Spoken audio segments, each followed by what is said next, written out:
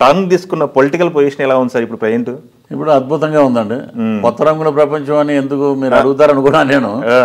కొత్తగా కొత్త ప్రొడ్యూసరు, కొత్త డైరెక్టరు, కొత్త హీరోయిన్, కొత్త హీరో, అలాగే కెమెరామెన్, ఇలా అందరూ కలయిక కొత్తగా ఉంది. ఆ కొత్తగా ఉండటం వల్ల సినిమాకి కొత్త రంగుల ప్రపంచం, రంగులు కొత్తగా ఉన్నాయి. కొత్త సంవత్సరంలో 2024లో అడుగు పెడుతున్నాం.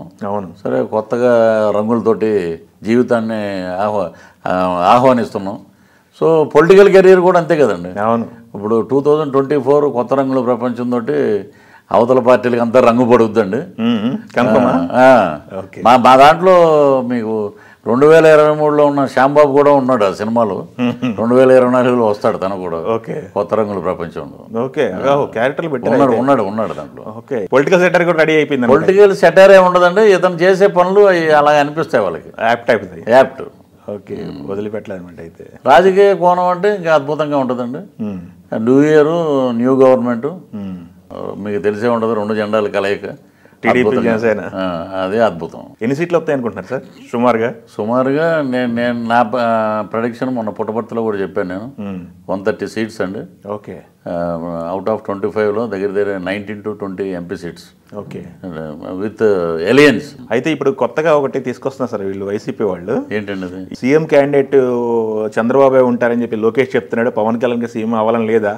ఎన్ని రోజులు జెండాలు మోస్తున్నారు అంటే వాళ్ళకి ఎందుకండి? ఇప్పుడు ఇది మా ఇంట్లో గొడవ.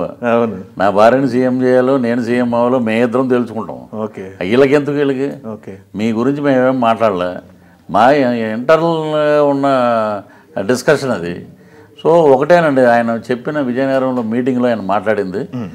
సో అద్భుతంగా రాష్ట్రం నాశనం అయిపోయింది కాబట్టి మనం అద్భుతంగా ఒక 2 పర్యాయాలన్నా కలిసి ఉంటే రాష్ట్ర పురోగభివృద్ధికి మనం దోహదపడతాం అని చెప్పారు. అది సామాన్యుడికి కూడా రీచ్ అయిందండి. పవన్ కళ్యాణ్ గారికి పదవి కాంక్ష లేదు, డబ్బు కాంక్ష లేదు. ఇలాంటి నాయకుడు సీఎం అయితే ఎలా ఉంటుంది ఆంధ్రప్రదేశ్ అని ప్రతి ఒక్కరు ఆలోచించారండి ఆ రోజు. ఓకే. సో కాలం నిర్ణయిస్తుంది, పెద్దలు ఉన్నారు అధిష్టానం, వాళ్ళు కూర్చొని డిసైడ్ చేస్తారు. మీ మాజీ పార్టీ, మీ వైసీపీ పార్టీ మాజీ పాత కాపురంలో మళ్ళీ అలజడి రేగిందని చెప్పేసి ఒక వస్తున్నాయి. ఆళ్ళ రామకృష్ణారెడ్డి రిజైన్ చేయడం. ఇప్పుడు ఫస్ట్ పృథ్వీరాజు గారు బయట పెట్టాడండి, కాలు బయట పెట్టాను. తర్వాత కోటమిరెడ్డి సీతారెడ్డి నెల్లూరు రూరల్, తర్వాత ఆనం వివేకానంద పెద్ద ఆయన గురుగారికి ఎప్పుడు నమస్కారం పెడతాం, ఆయన బయటకు వచ్చారు.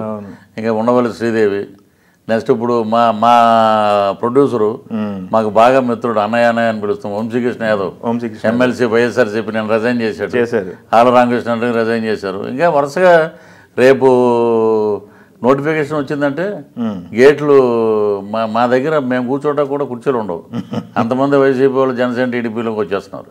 ఎందుకు సార్ ఇంత మార్పు ఎందుకు వచ్చిందంటారు? ఏంటంటే స్వార్థం, అహంకారం, ఏంటంటే అధికార దర్పం, ధనమదం, ఇవన్నీ అక్కడ ఉన్నాయండి. దానివల్ల ఎవరు దాన్ని తట్టుకోలేరండి. తట్టుకుంటారు 1 సంవత్సరం, 2 సంవత్సరాలు, 3 సంవత్సరాలు. చాలామంది, కొంతమంది పాపం 2 సార్లు ఎమ్మెల్యేలు అయిన వాళ్ళు కూడా మంత్రి పదవులు రాలేదు. ఇది ఉండటం వేస్ట్. ఇక్కడ చరిత్ర మనల్ని క్షమించదు అని చెప్పి బయటకు వచ్చేస్తారు. అయితే కొంతమంది టికెట్లు రావని బాధపడుతున్నారు బయట, లోపలేమో టికెట్ రాకుండా ఉంటేనే బాగు. దేవుడు చాలా మంచిదన్న. కరెక్ట్ అండి, కరెక్ట్, గుడ్ క్వశ్చన్ అది. దేవుడు ఎందుకు వచ్చింది మనకిది? మనకి టికెట్ ఇవ్వలేదు అయ్యా, మా జీవితకాలం మేము మీతో పాటే మీ బాంఛన కాలం మొక్కుతాను అంటాడు. తర్వాత నైట్ ఫోన్ చేస్తారు కార్యకర్తలకి, రే టీడీపీకి జనసేనకి చేసిండి అంటారు. ఇది జరిగేదండి.